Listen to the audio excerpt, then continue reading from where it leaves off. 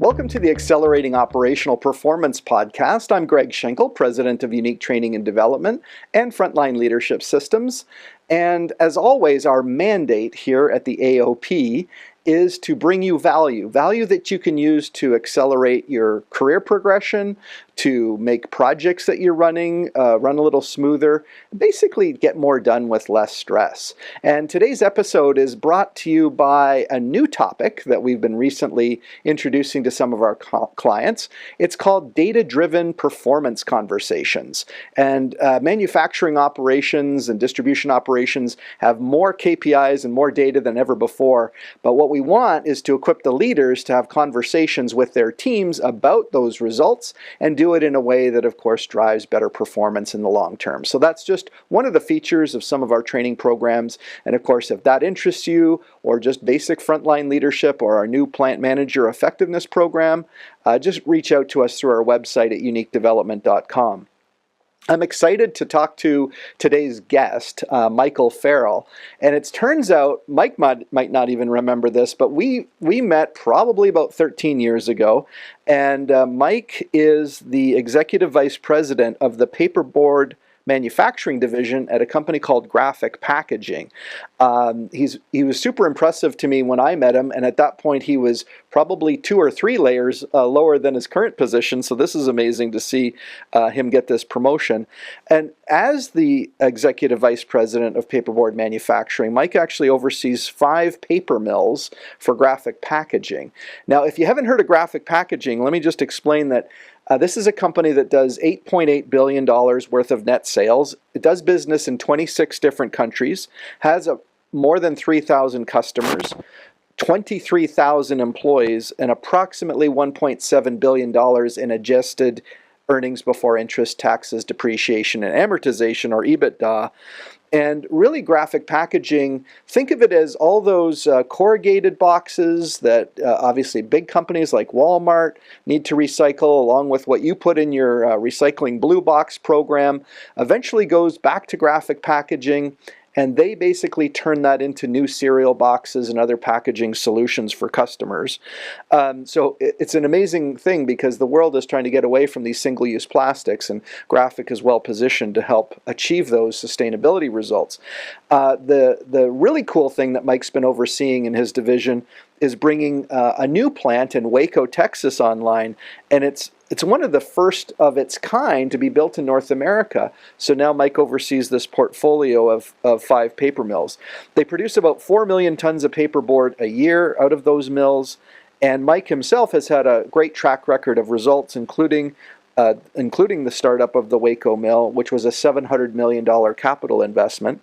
And from profit and loss accountability to process improvement, Mike is a leader who captured both increased efficiency and productivity. That's a long intro, but Mike Farrell, welcome to the podcast. Good to be with you. Yeah. So, Mike, again, what's impressive about when I think back is, I believe when we first met, you were probably, maybe walk us through a little bit about where your journey took you within Graphic Packaging. Sure.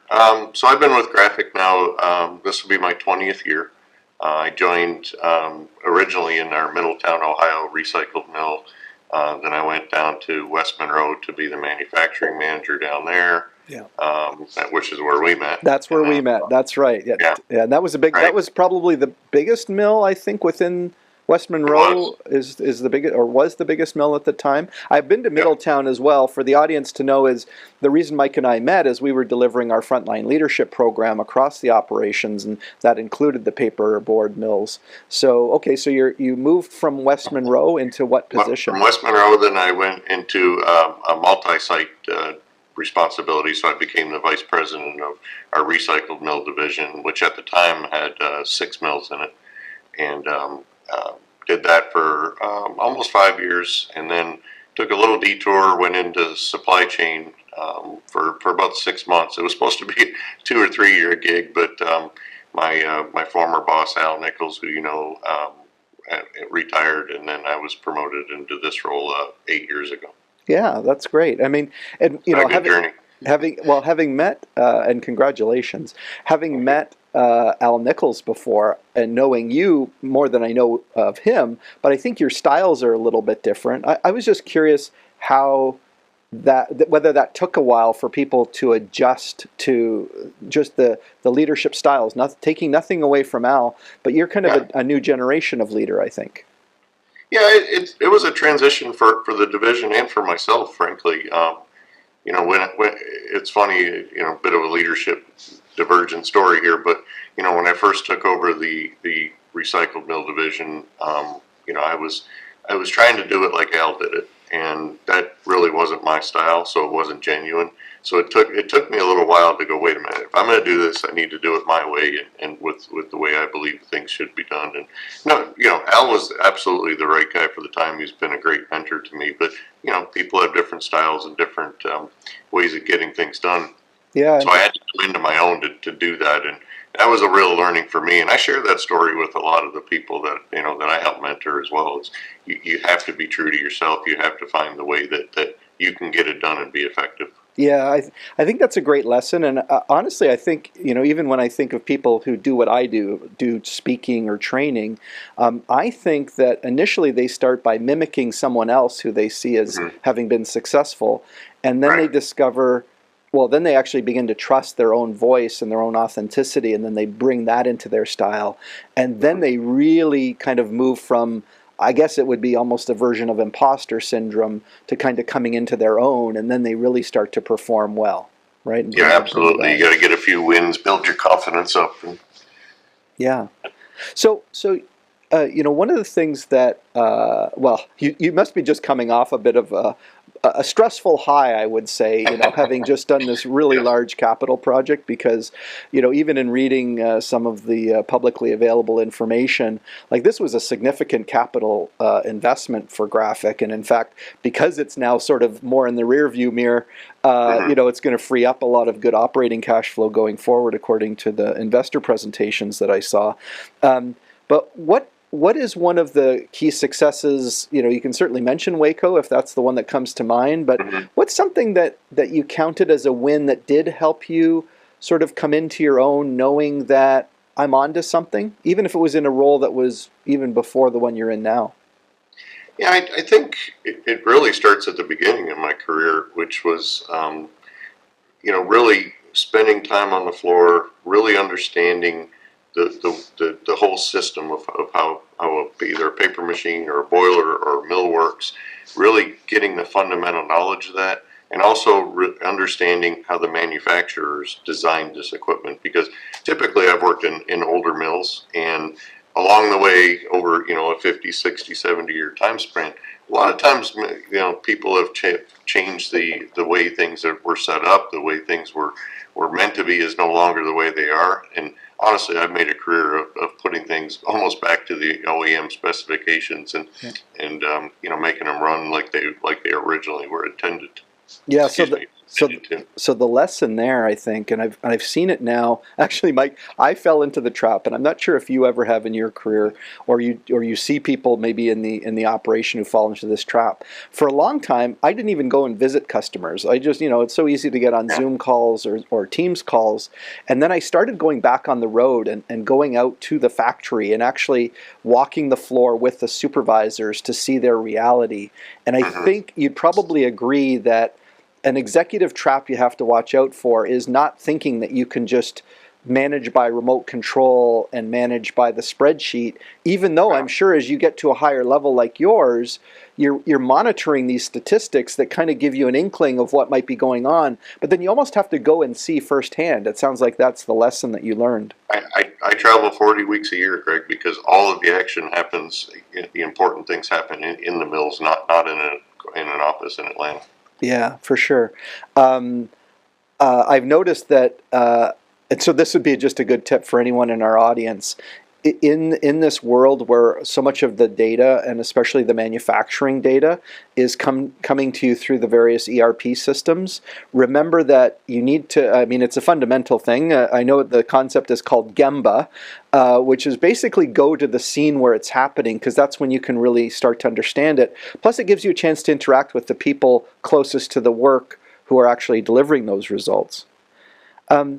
Is there, Mike, even though you've had this success early on of just knowing that it was important to be with the people, was there a lesson that you gleaned from something that wasn't going as well as you had hoped?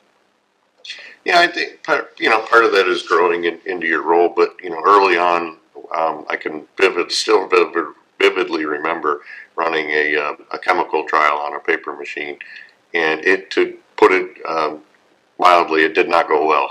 We ended up shutting the machine down and having some downtime because Yeah. the chemical reacted in a way we didn't expect, and it was then that I kind of learned the value of having a plan, but having a plan B and a plan C before you do that, because something unexpected is almost certain to happen, and you better have more than a plan than we need to Yeah. shut down for 8 hours and wash up. So Yeah, and that that, was a lesson in pre-planning. well, I think we just did a session for a client that really wants to increase their level of accountability, and it had the term scenario planning in there, which is basically Yeah. what you're saying, the contingencies. It's like, what is the thing that could go wrong, and how, knowing if it did go very wrong, what your recovery plan or remediation might be. I think it's a good lesson, because I'm sure when you were starting that change, you didn't think ahead maybe enough about what the negative consequence would be if something really did go wrong. And just so people know, in a paper mill, downtime is really expensive. Those minutes add up because, and in fact, if you've never seen a paper machine run, this blew me away when I toured the graphic facilities back in the day. It's like, now, again, this analogy people can't see, but when I looked at a paper machine, I looked at it like I used to see the film projectors back in school when they would play a movie, right? And the film goes up and down over all these rollers. And I remember even looking at a film projector saying, why does it have to go through all these rollers that add tension and things? But if you were to look at a paper machine, it really is a series of rollers where you're essentially imagine taking this pulp. And the wet end of a mill, by the way, is an experience everyone should have, especially in West Monroe, Louisiana, when it's 110 degrees outside. And at the wet end of the mill, I remember the crew took me back there on a tour, and they just wanted me to experience the kind of sweat that I've never experienced before when it's over 100, well, I guess it can't be more than 100% humidity, but it was like full humidity at 130 degrees.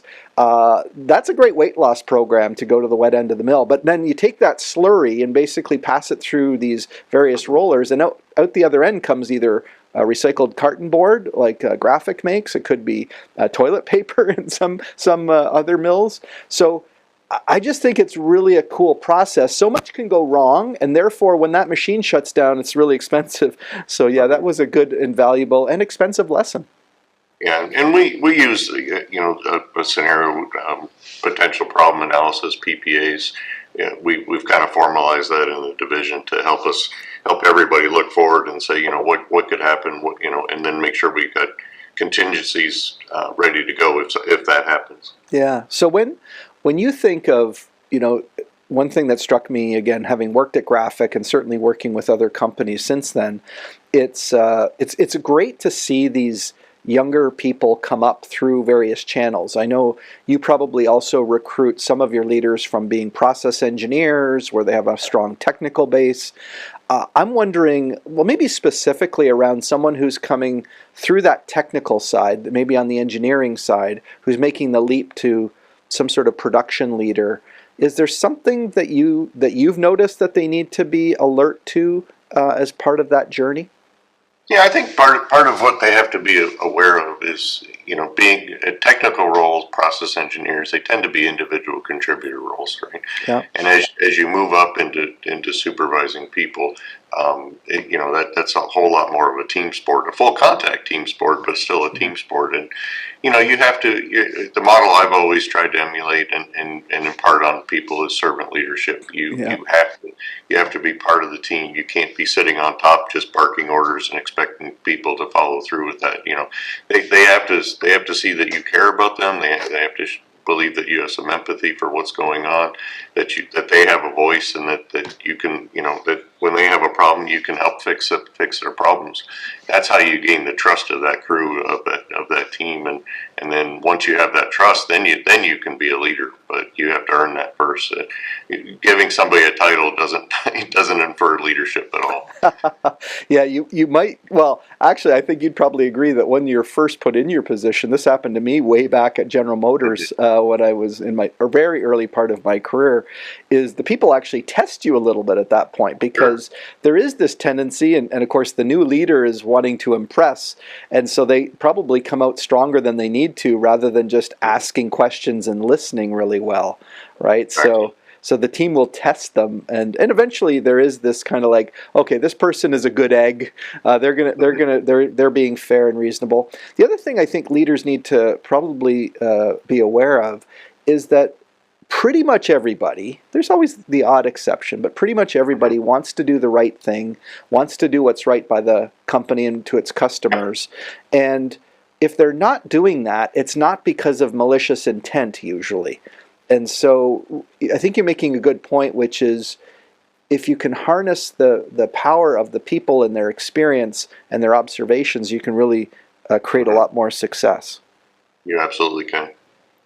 I wondered, Mike, one of the concepts I ran by you when we were in the development stages, and this was as we were creating this new plant manager excellence program that we have, is I ran by a model, and I'll just remind you of it. It was something called decision-making waste, essentially where we have people at more senior levels either making decisions or solving problems at either one or two levels lower. And I'm just wondering, I mean, I know at the time you said, oh yeah, definitely that it has existed, still probably exists. Do you have any comment on why? Because again, I don't blame people, because it's a natural thing that happens, and I just wondered if you had any observations about that. No, and I see that with myself and on my team frequently. Is you get a bit of that adrenaline high of solving a problem, but then you're always having to solve that problem. You have to resist that temptation, and it's hard, and it takes work, and sometimes people have to call you out on it and say, hey, wait, your peers should be looking at the way you're doing that, and be able to say, hey, wait, look, you're in too deep, you need to pull back. And we try to do that with each other, on my team, because it's that important. If you don't push down that decision making, you're always having to make those decisions, right? So you've got to push that down. You've got to train your people, and look, sometimes they're going to make wrong decisions, but then you could just go back and have the conversation about what would you do different. Did you have a plan B and a plan C? And if you have those conversations early and often, you can generally avoid the big catastrophic failures. But you can use those as teaching moments all the way through their careers. Yeah, for sure. I wondered, one situation we were in recently, and I hadn't heard it phrased this way, but I think you can relate to this, is I think some people think that accountability is me simply raising my hand and putting an issue out there, sort of I guess we would call it identifying and reporting an issue, but then kind of saying, I hope somebody does something with this. And it's too simple to say that you should own an issue right through to completion, because not every issue is your issue. But I'm just wondering whether, how you view accountability, because it kind of goes hand in hand with that empowerment. And it's not meant to punish, but it's sort of like this learning you go through around learning about accountability. Do you have any insights on that? Oh, I certainly do. That's one of my favorite topics to talk about, actually, because accountability, most people, when they think about that, they think about punishment. They think it's a bad thing. It doesn't have to be a bad thing. In fact, it can be very empowering and helpful to a person. But what you have to do, and I'll say this a lot, is early and often. If somebody's doing something that you don't like what they're doing, whether it's the output or whatever it is, right? If you have a conversation with them early about that, before it festers up inside of me until I get to the boiling point, right? Then they have a chance to do that. If you don't tell them they're doing something wrong, they're going to keep doing that, and you're going to get madder, and they're not even going to know that something's wrong. So you just those early early and often interventions really make a difference in the way you can develop that relationship and improve that employee's output and give them the ownership of that. So that feedback is critical.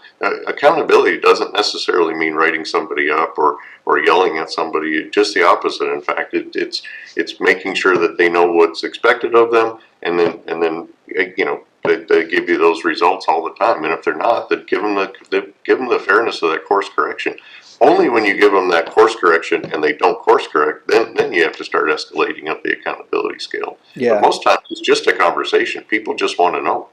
Yeah, I mean, I think, when we talk about just delivering feedback, we say it's not that most of us are getting like tons of high fives or even a lot of like, you need to fix this. Like, it's usually that we just live in a performance vacuum. So we're not told when we're doing really well or that we've created an impressive outcome. We're also not told that we're not doing very well. Right.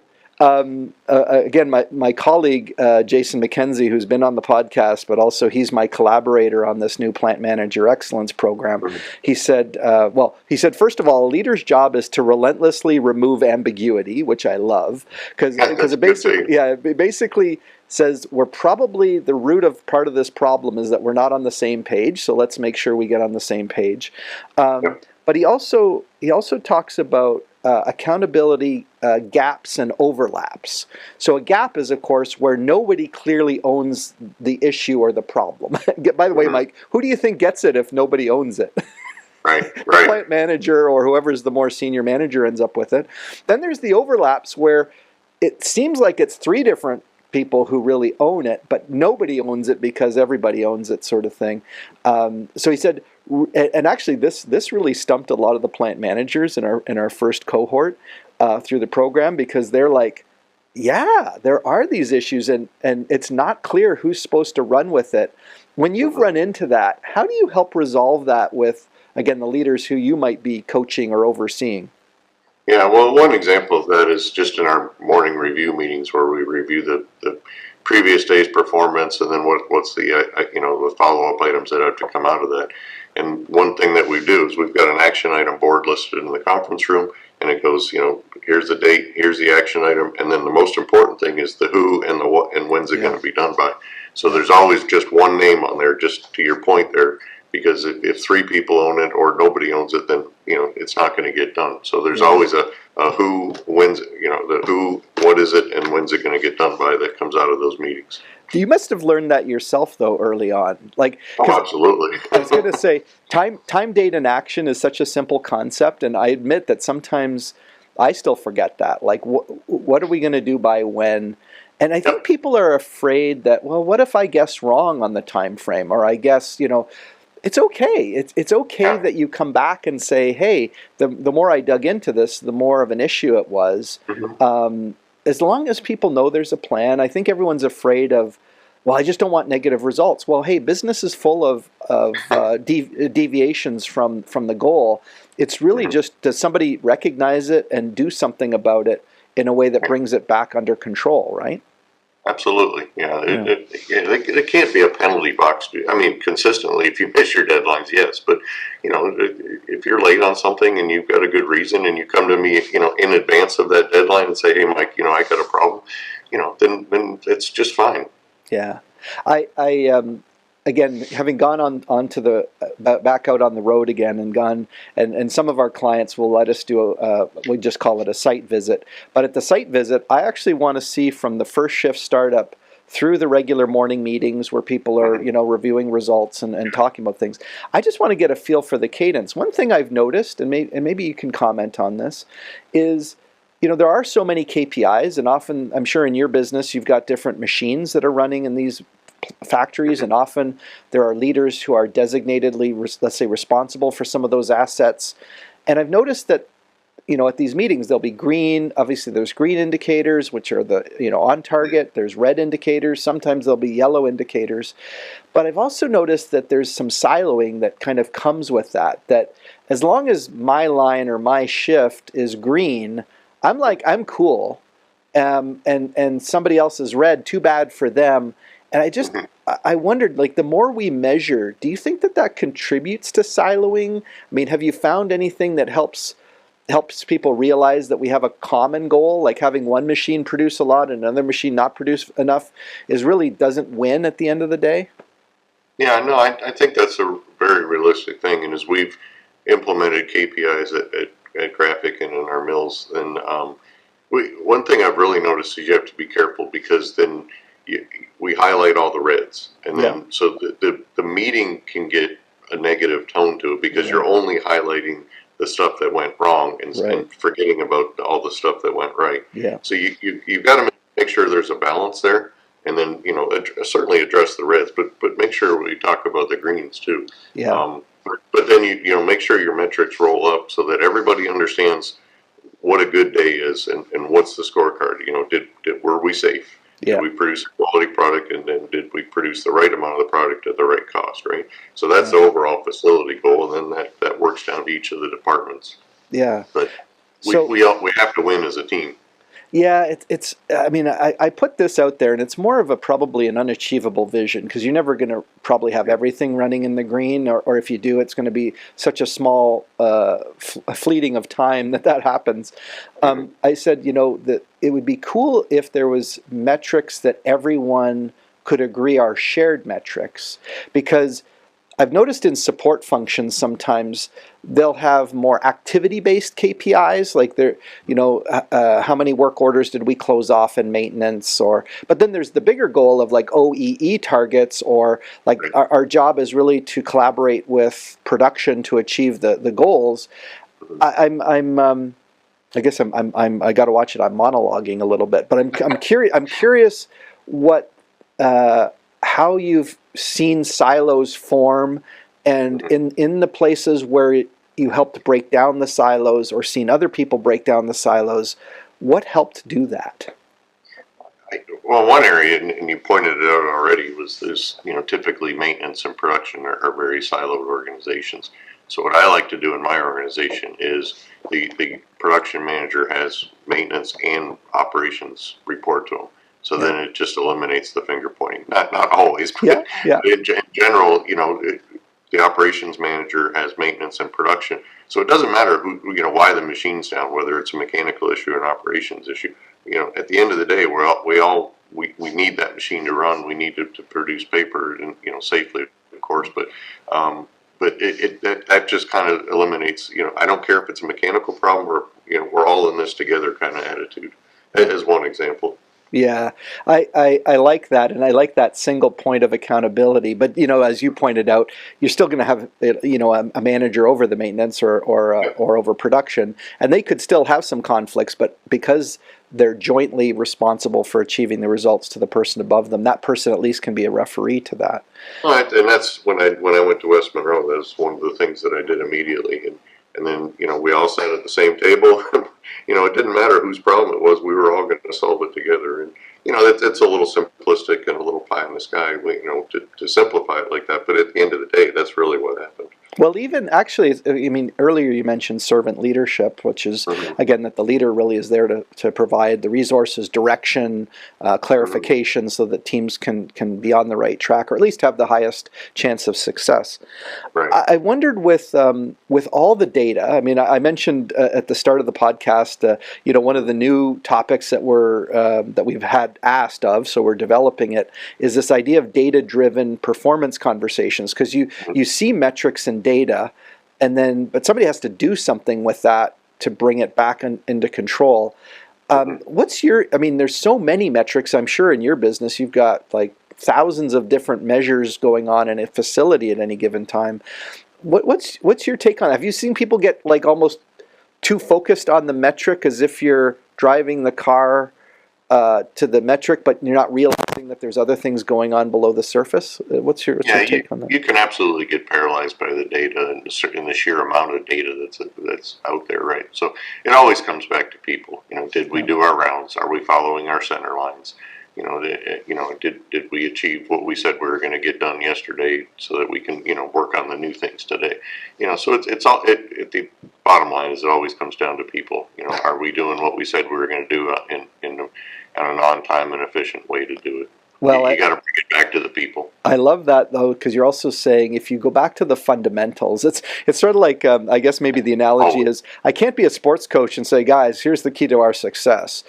We need to score more goals than those other guys. Okay, let's go get it. Right? It's always going to be around the fundamentals, and so I think it's great that when things appear to be complexified, that you distill it back to the basics and go down to, let's at least go back down to the basic things that we know, either keep the process in control or start to cause variation, and go back to that first before we start getting all confused at this level with all the chop and the flutter.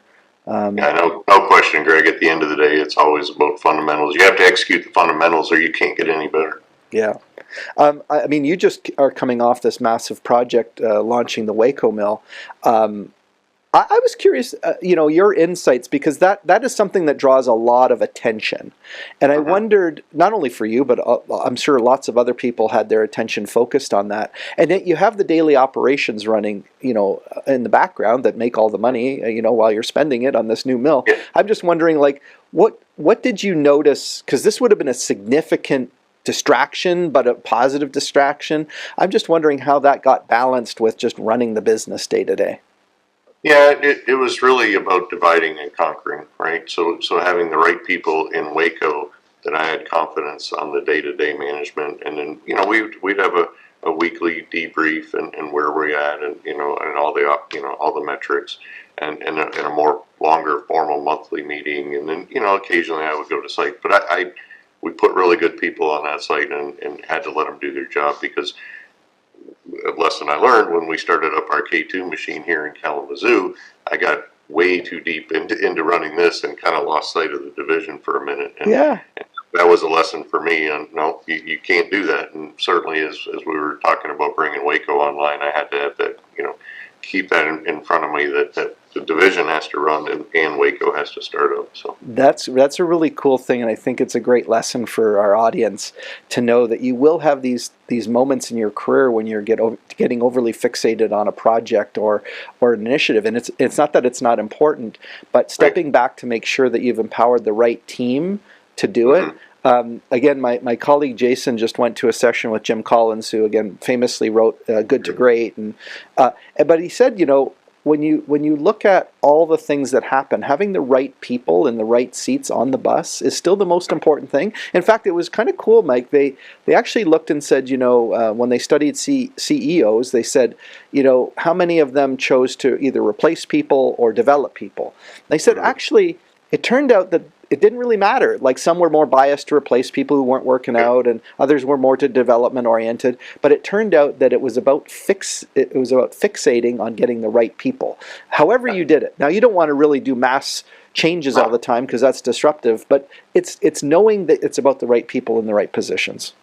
I would tell you that's probably one of the single biggest things I had to learn in my career, was how important that is. Because when you get the right person in the right seat on the bus, on the right bus, on the right bus. It's unbelievable how much easier my job becomes. Yeah. And it's so hard when you don't have the right people in the right spot. And yeah, those are difficult decisions, and sometimes you can improve, and sometimes you have to replace. But either way, it's probably one of the most critical things I have to focus on right now. Yeah. And I mean, we always think of the person who isn't working out that we ultimately have to change as being some sort of like catastrophe. It is a little bit, but the reality is, for that person on their career journey, that just might be the stepping stone to something else where they can be really successful. We've covered a lot of ground today, Mike, and I love chatting with you, because you're very bright and you have both a good brain and a good heart, which is not easy for every executive to embrace. I just wondered if there's anything else that you wanted to share before we wrap up. No, Greg, as I think through our conversation, I think we covered the majority of the highlights, and it's been a good conversation. Thank you. Yeah, no, I appreciate it, and I like that you, through your journey, you've had ups and downs like everybody has, and you've learned from them, as have I, in running my business for 30 years. And I think if people know that it's not about perfection in your career, it's just really about sort of being able to process, learn, and change, and then know that even when you think you've figured it out, there's something else coming down the pipe that's going to cause you to be disrupted, and you just have to process that and do the best that you can. So I just want to say thanks, Mike, for being our guest on the podcast. Certainly, if people want to know more, you can search up graphic packaging. It's Graphic PKG is usually the website that you can go to. Michael Farrell is, of course, you can reach him on LinkedIn. He's actually very good about being on LinkedIn, so thanks for that, Mike, because not everyone does stay up to date on those things. Sure. And again, for our audience, I just want to say thank you for investing your time. Of course, podcasts can be these little hidden gems, and the only way that they get discovered by other folks is when you go about sharing them. And most of the ways you can do that is just sending a link to somebody else. And the other way you can do it, even though it requires a little bit of effort, is to go on your favorite podcasting app and just write a comment and give it a 4 or 5 star review. That's how shows like this get known. So right now, I'll just wish our audience well on your leadership journey. And if we can be of any assistance, of course, reach out to us at our website, uniquedevelopment.com.